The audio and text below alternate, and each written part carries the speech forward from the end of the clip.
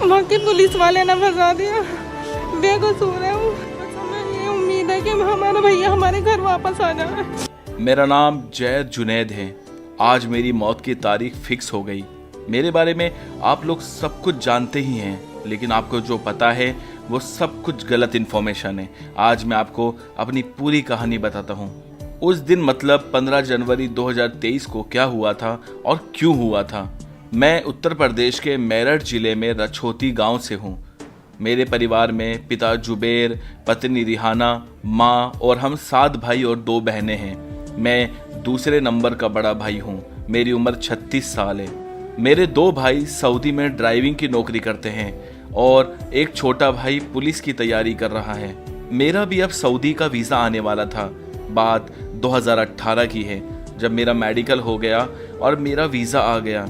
मेरी नौकरी as a driver transport company में, जिसका नाम था अल साले मोहम्मद, उसमें 25,000 रुपये तनख्वाह में लग गई। शुरू में सब कुछ अच्छा लगा, लेकिन इस तनख्वाह से गुजारा काफ़ी मुश्किल हो रहा था। तो मैंने कंपनी को चेंज कर लिया, जिस कंपनी का नाम था अल जाफ़र। उधर मुझे अच्छी सैलरी मिल रही थी और ओवर टाइम के साथ कभी कभी टिप भी मिल जाया करता था। और मेरे घर वाले बहुत खुश थे जब मैंने उनको नई कंपनी और तनख्वाह के बारे में बताया। सब कुछ अच्छा चल रहा था, लेकिन शायद किस्मत में कुछ और ही लिखा था। एक दिन मेरी गाड़ी का एक्सीडेंट हो गया और गाड़ी बहुत ज़्यादा डैमेज हो गई। जब मालिक को पता चला तो उसने मुझ पर बहुत ज़्यादा गुस्सा किया और मुझ पर FIR करवा दिया और मुझसे कार का हर्जाना भरने को कहा। लेकिन अगर मैं 10 साल भी काम करता तो उस गाड़ी का हर्जाना नहीं भर पाता। मेरे पास कोई रास्ता नहीं था, इसलिए मैं ये कंपनी छोड़कर वहाँ से भाग गया। मेरा एक दोस्त बन गया था जो पाकिस्तान से था। उसने मेरी मुलाकात सऊदी के एक लोकल पुलिस वाले से करवाई। उस पुलिस वाले ने मुझे तसल्ली दी कि मैं तुम्हारा केस रफा दफा करवा दूंगा। उसने मुझे खाना खिलाया, कुछ पैसे दिए। वो मेरे लिए एक फरिश्ता था। लगा अब सब कुछ ठीक हो गया और उसने मुझे एज ए ड्राइवर नौकरी पर रख लिया। मुझे उसके बारे में कुछ पता नहीं था, सिवाय इसके कि वो एक पुलिस वाला है और वो मुझे कई बार अपने घर भी लेकर के गया था। मुझे काम करते करते करीब 1 साल हो गया था। ज़्यादातर मेरा एक ही काम था। वो मुझे कुछ बैग देता था और उनको डिलीवर करना होता था। उन बैग्स में क्या होता था वो मुझे नहीं पता था, बस उसके मुझे अच्छे पैसे मिल रहे थे और उनका काम करना भी ज़रूरी था, क्योंकि उनके वजह से मैं बचा हुआ था और मेरे ऊपर एक पुलिस वाले अधिकारी का साया था। मुझे कई बार शक हुआ और इच्छा भी हुई बैग खोलने की, लेकिन लगा कि पुलिस वाला है, ये तो कुछ गलत नहीं करेगा, और कभी हिम्मत भी नहीं हुई। अब आया 15 जनवरी 2023। उन्होंने मुझे 2 नायलॉन के बैग दिए और एक एड्रेस दिया जहां मुझे इन 2 बैग्स को डिलीवर करना था। मैं घर से कुछ ही किलोमीटर निकला था। मैंने देखा कि बहुत सारी पुलिस की गाड़ियां मेरे पीछे आ रही हैं और कुछ ही मिनट में सारी गाड़ियों ने आकर मुझे घेर लिया।